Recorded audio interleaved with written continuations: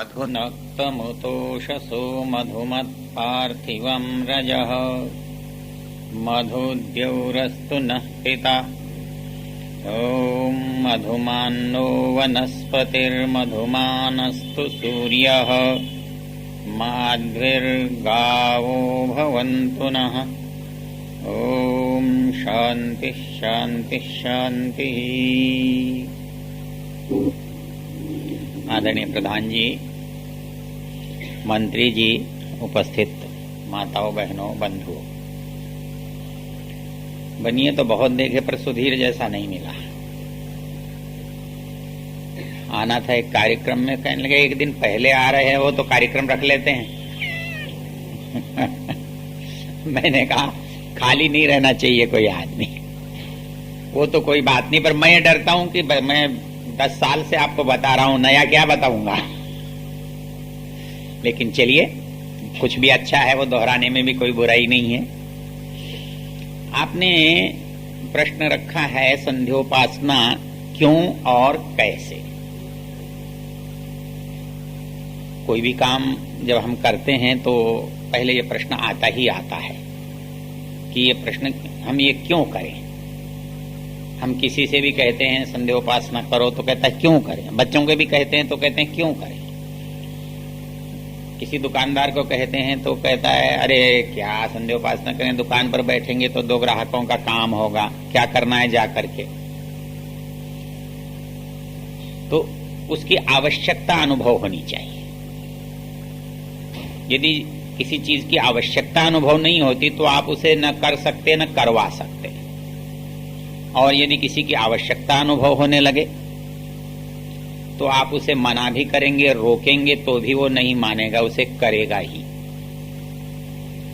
तो पहली चीज ये देखते हैं, क्या संध्या करने की हमें कभी आवश्यकता अनुभव होती है। वैसे तो नहीं होती, लेकिन एक परिस्थिति होती है। संध्या करने से लाभ ही क्या होता है। सबसे पहले देखिए कि संध्या जो शब्द है ये क्या कहता है। सम कहते हैं भली प्रकार, और ध्येय का अर्थ होता है चिंता करना, चिंतन करना, विचार करना। तो संध्या शब्द का एक अर्थ होता है भली प्रकार से विचार करना, भली प्रकार से ध्यान करना। और दूसरा इसका नाम इसलिए भी संध्या है कि ये संधि काल में किया जाने वाला कार्य है। अब संधि काल तो हर क्षण है, एक क्षण से दूसरे क्षण के बीच का जो समय है वो उन दोनों का संधि काल है। घंटे से घंटे के बीच का समय है वो संधि काल है। तो जो मुख्य संधि काल है, अर्थात 2 बड़े काल के विभाग हैं, एक दिन और एक रात। तो दिन और रात ये जो काल के विभाग हैं, इन दोनों के संधि काल को संध्या का काल कहा जाता है। दोनों की संधि होती है इसलिए वो संध्या है, संध्या समय। जैसे हम कहते हैं ये काम संध्या समय करने का है तो सायंकाल करने का है। तो संध्या समय तो दोनों समय हो सकता है। प्रातः काल तो रात के अंत की और दिन के प्रारंभ की संधि है, और सायंकाल दिन के अंत की और रात के प्रारंभ की संधि है। तो ये दोनों संधि काल हमारे लिए चुने गए हैं संध्या करने के लिए। ये क्यों चुने गए हैं कि हमारे जैसे कार्य से और समय से एक तालमेल है। काम का भी विभाजन है और समय का भी विभाजन है। अर्थात रात जब शुरू होती है तो रात के काम अलग, दिन जब प्रारंभ होता है तो दिन के काम अलग। एक व्यक्ति रात भर विश्राम करता है, घर में रहता है, दिनचर्या करता है, लेकिन सवेरे जब उठता है तो जागने के काम शुरू हो जाते हैं। वो समाज के, घर के, व्यक्ति के, व्यवसाय के कामों को करता है। दो अलग अलग काम उसके जीवन के बंधे हुए हैं। तो एक का प्रारंभ और एक की समाप्ति, उन दोनों की संधि है। तो काल की दृष्टि से संधि और ध्यान की दृष्टि से, सम्यक ध्यान के कारण संध्यान और सम्यक जो दो संधियों का काल है इसके कारण संधि। हमारे ऋषियों ने दो समयों को चुना है कि दो समय हमको संध्या करनी चाहिए, सम्यक ध्यान करना चाहिए। पहले तो इसको यूं समझ लीजिए, जब एक काम पूरा हो जाए तो उस पर विचार कर लेना चाहिए कि इसमें कोई भूल तो, कोई त्रुटि तो नहीं हुई। दूसरा यह होना चाहिए कि जब कोई कार्य प्रारंभ किया जाए तो उस पर भी विचार हो जाना चाहिए कि इसको कैसे किया जाए ताकि इसमें कोई त्रुटि न हो। यदि दो बातें कभी हो जाएं तो वो काम कम से कम त्रुटि वाले होंगे। एक नियम है कि आप जिस काम को करना चाहते हैं उस पर यदि आपने चिंतन किया हुआ है, उसकी विधि पर विचार किया हुआ है, तो आपको कोई असुविधा नहीं होगी। अकस्मात करना पड़े तो कई समस्याएं पैदा हो सकती हैं, कुछ भूल सकता है, कुछ अतिरिक्त आ सकता है। उसी तरह जब कोई काम हो जाता है तो उसके बारे में यदि कोई व्यक्ति चिंतन करता है तो उसका सबसे बड़ा लाभ क्या होता है कि उसमें यदि कोई त्रुटि हो जाती है और रह जाती है तो भविष्य में वो त्रुटि नहीं होती। चिंतन का एक नियम है। जैसे आप किसी की चर्चा को सुन रहे हैं, आप चर्चा तो सुन तो रहे हैं, लेकिन ये चर्चा वास्तव में आप ग्रहण कर रहे हैं या नहीं ग्रहण कर रहे हैं, इसका बोध तब होता है जब आपके सामने कहा हुआ विचार आपके मस्तिष्क में दोबारा निकल जाए, आपका ध्यान उस पर एक बार चला जाए। तो यदि किसी चीज पर ध्यान चला जाता है तो वो चीज फिर भूलती नहीं है। हम भाषण में बहुत बातें सुनते हैं, लगता है कि हम सुनते हैं, वास्तव में हम सुनने की परिस्थिति में होते ही नहीं, क्योंकि सुनता तो शरीर नहीं है, सुनता तो मन है। मतलब मन हमारी बातों में लगा है तो हम सुनते हैं, और यदि मन हमारी बातों में नहीं लगा है तो उस समय हम बैठे होने पर भी सुनते नहीं।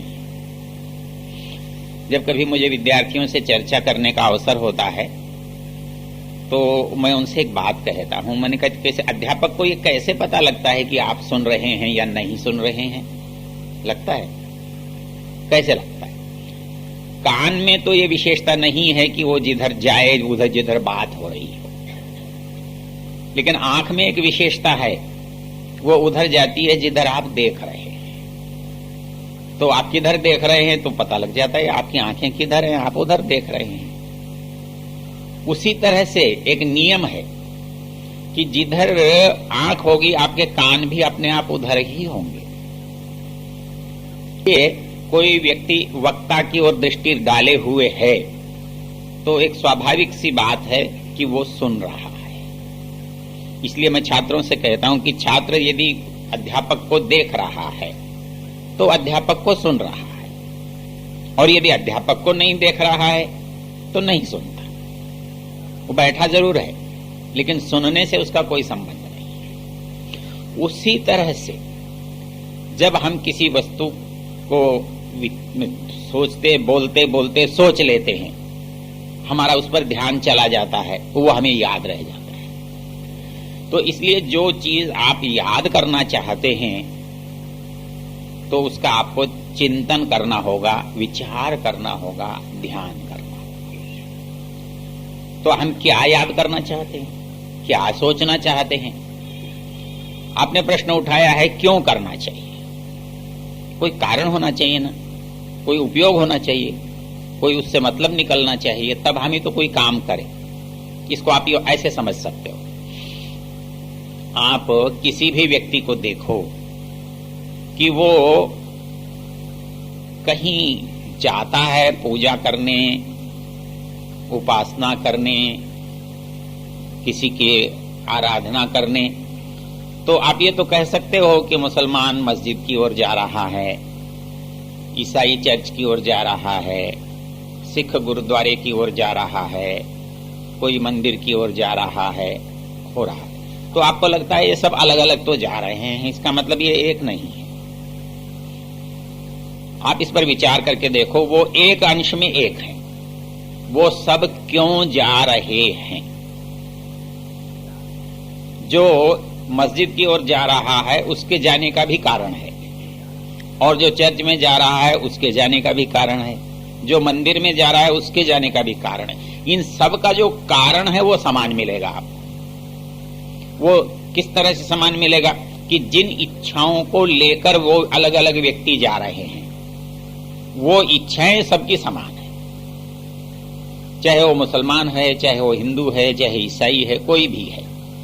तो इसका एक अभिप्राय यह है कि हमारी एक आवश्यकता जो मनुष्यों की है वो समान है।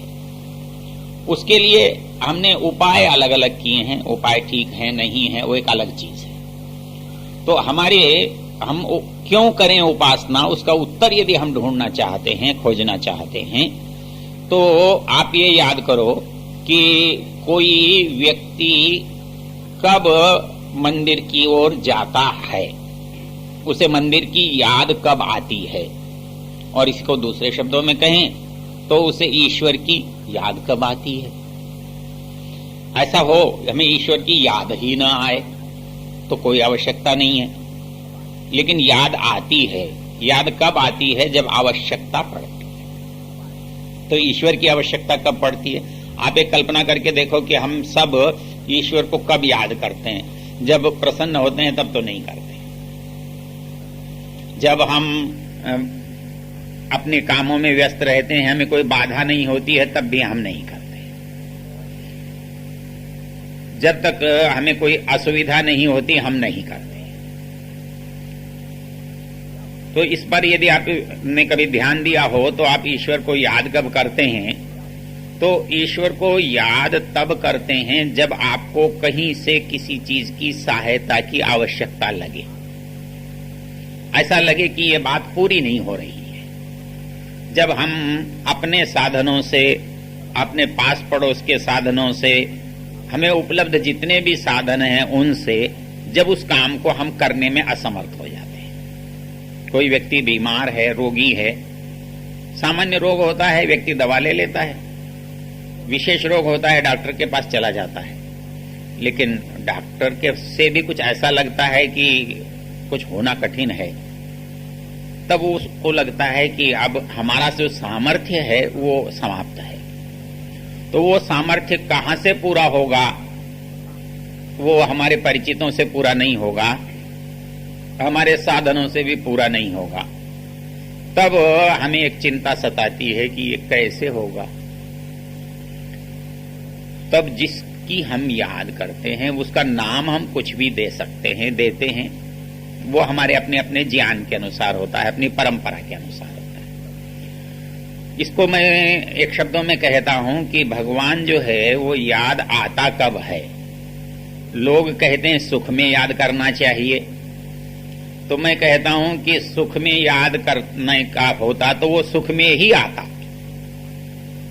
जब हम प्रसन्न होते तो हमें याद आना चाहिए, लेकिन हम प्रसन्न हैं तो उसका स्मरण नहीं आता, उसकी याद नहीं आती। तो वो याद कब आता है? दुख में। तो इसका मतलब वो दुख में याद करने के लायक है, दुख में ही उसकी याद आती है, दुख में ही उसका स्मरण होता है। क्यों? जो जिसका उपाय होता है वो उपाय उस समस्या पर ही याद आता है। जिसका जो उपाय है वो तभी तो याद करोगे। अब इसको इस तरह से समझ सकते हैं कि हमारा जो दर्द है उसके लिए दवा चाहिए, जो भूख है उसके लिए भोजन चाहिए, जो प्यास है उसके लिए पानी चाहिए। लेकिन हर समय हम पानी पानी तो नहीं करते, हर समय हम रोटी भी नहीं करते। लेकिन यदि भूख लगी हो तो सिवाय रोटी के क्या सूझता है? कुछ ध्यान आएगा ही नहीं। तो इसी तरह से जो दुख संसार में प्राप्त हैं, उन दुखों को देखने पर यदि किसी चीज से हमारा छुटकारा हो सकता है तो वो उसका उपाय है। और वो उपाय जो है हमारे सामने मनुष्य नहीं है, वस्तुएं नहीं हैं, दवा नहीं है, पैसा नहीं है, इन सब परिस्थितियों से परे जाकर कोई उपाय होता है तो उसे हम ईश्वर कहते हैं। इसके लिए हमारे मनु महाराज ने एक बड़ी सुंदर पंक्ति लिखी है कि संध्या क्यों करनी चाहिए। संध्या करने के और कुछ लाभ होते हैं। आपको ईश्वर मिलता है कि नहीं मिलता है कोई बात नहीं, आपको किसी और चीज की उपलब्धि होती है या नहीं होती है, लेकिन सबसे अच्छी बात जो होती है वो मनु महाराज एक जगह लिखते हैं, ऋषयो दीर्घ संध्यत्वात् दीर्घ मायुरवाप्नुवन् प्रज्ञाम यशश्च कीर्तिंच ब्रह्मवर्चसमेवच। मौलिक चीज है। वो कहते हैं कि संध्या करने से और लंबी संध्या करने से, अर्थात जो व्यक्ति जितनी देर तक संध्या में बैठ सकता है बैठता है। एक तो ये होता है कि हमें 4 पंक्तियां पढ़नी है, हनुमान चालीसा पढ़ना है, सप्तशती पढ़नी है, चंडी शतक पढ़ना है, पढ़ा, समाप्त हो गया। तो पढ़ना तो बांचना हो गया, बांच लिया, उससे भी नुकसान नहीं हुआ, कुछ तो लाभ होगा। उस जगह पर बैठ गए आप, आपने कुछ किया, उसका तो होगा। लेकिन जो वास्तविक लाभ है वो क्या है? वास्तविक लाभ कहता है दीर्घ संध्यत्वात् दीर्घ मायुरवाप्नुवन्। संध्या करने से आयु बढ़ती है, ये कैसे होगा? व्यायाम करने से आयु बढ़ती है ये तो समझ में आएगा, भोजन करने से आयु बढ़ती है ये समझ में आएगा, कुछ और दौड़ लगाने से आयु बढ़ती है समझ में आएगा, लेकिन ये आज तक किसी ने नहीं बताया कि संध्या करने से आयु बढ़ती है। लेकिन ऋषि कहते हैं संध्या करने से आयु बढ़ती है, और व्यक्ति जितनी लंबी संध्या करता है व्यक्ति की आयु उतनी ही बड़ी होती है। इसका एक सिद्धांत निकलता है कि ऐसा हो सकता है। अब ऐसा हो सकता है तो ये सोचना पड़ेगा कि कौन सा कारण जो है उस संध्या को निवारण करता है।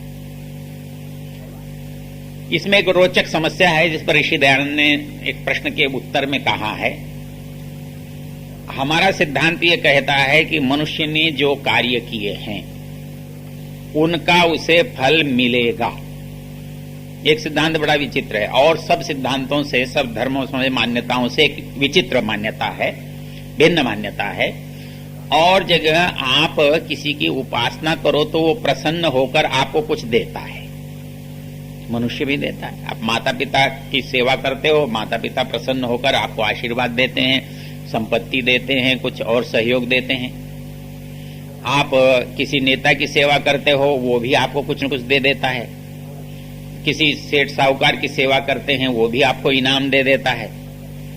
तो ये मानते हैं, और किसी अधिकारी की सेवा करो आपके दंड की माफी हो सकती है। तो हम सारे संसार में ये देखते हैं कि हम यदि किसी की कुछ सेवा करते हैं, किसी के पास रहते हैं, तो हमें उसका एक लाभ होता है। लाभ 2 तरह से होता है, या तो हमें पुरस्कार मिलता है या हमारे कोई दंड हैं, अपराध हैं, वो क्षमा हो जाते हैं। क्या इसके लिए संध्या कर ली जाए? क्योंकि परमेश्वर भी कोई अपराध, कोई दंड हमारा देने वाला है। हम उसकी सेवा करेंगे, उसके पास रहेंगे तो वो हमें अपराध से मुक्त कर देगा, दंड से क्षमा कर देगा। ये एक स्थिति हो सकती है भाई, इसलिए संध्या करनी चाहिए। लेकिन आपकी जो वैदिक धर्म की संध्या है उसमें ये विचार बनता नहीं है। क्यों नहीं बनता? कि वहां ये बनता है जो कर्म जिसने किए हैं, जितने किए हैं, जैसे किए हैं, परमेश्वर उसको उतना वैसा फल अवश्य देगा। उसमें कोई कमी नहीं कर सकता, वो चाहे कितना भी प्रसन्न हो जाए और कितना भी नाराज हो जाए तो अतिरिक्त नहीं बढ़ा सकता। एक बड़ा स्थायी सिद्धांत है कि उसकी जिम्मेदार हम हैं। यदि वो अतिरिक्त दे सकता या कुछ छीन सकता तो जिम्मेदार वो हो जाता। तो इसका मतलब है कि उसकी मर्जी आए तो दे और उसकी मर्जी आए तो ले। इसको आप ऐसे समझ सकते हैं कि बाकी जितने धर्म हैं वो अपराध करते हैं तो भी ये समझते हैं कि दंड हमें नहीं मिलेगा, माफ कर देगा भगवान।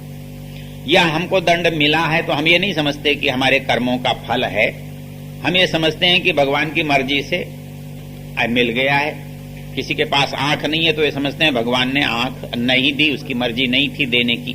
लेकिन मर्जी क्यों?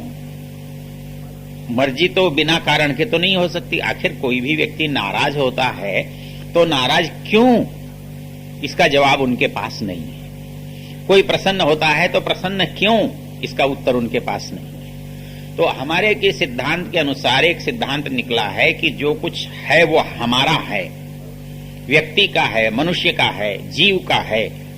उसने जो कार्य किया है उसका फल उसे मिलेगा।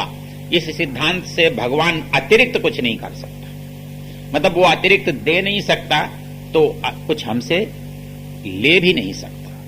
अर्थात हमारा जो अच्छा या बुरा है वो उसमें कोई कमी नहीं कर सकता। बुरे में नहीं कर सकता तो अच्छे में भी नहीं कर सकता। क्योंकि यदि आप ये कहोगे कि अच्छे में कर सकता है या बुरे में कर सकता है तो गड़बड़ हो जाएगी। फिर एक में करेगा तो दूसरे में भी करेगा। एक में नहीं कर सकता इसलिए दूसरे में भी नहीं कर सकता। नियम यह है कि वो कुछ नहीं कर सकता, वो केवल हमारे किए हुए कर्मों के फलों को दे सकता है। उसको कम नहीं कर सकता, उसको अधिक नहीं कर सकता। एक सिद्धांत तो ये है।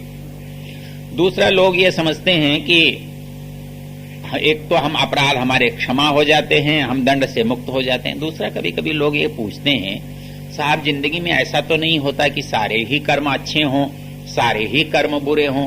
कुछ कर्म अच्छे हो जाते हैं और कुछ कर्म बुरे हो जाते हैं। तो भगवान कुछ उनमें ऐसा नहीं कर सकता कि 10 हमारे बुरे हैं, 20 हमारे अच्छे हैं, तो 10 को कम कर दे उसमें से और 10 पर ही फैसला कर ले। ऐसा भी नहीं होता। इसके लिए एक रोचक उदाहरण मुझे याद आ रहा है। महाभारत में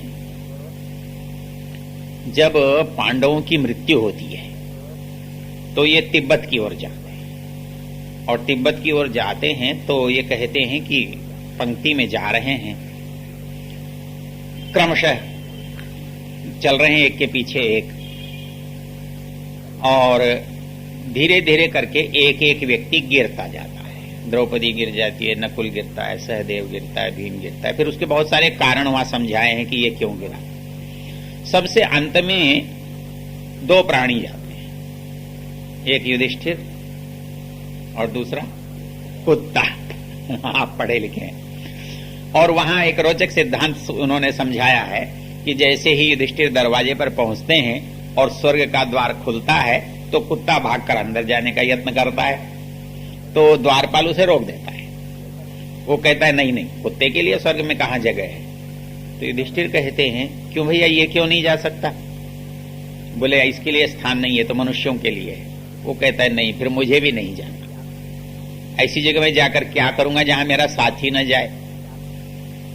वहां महाभारत की पंक्ति है, मामी श्रिया संगमनम तयास्तु यस्या कृते भक्त जनम त्यजेयम। ऐसी संपत्ति, ऐसी श्री, ऐसी लक्ष्मी मुझे नहीं चाहिए जिसके लिए मुझे भक्त का त्याग करना पड़े, इसलिए स्वर्ग तुम रखो।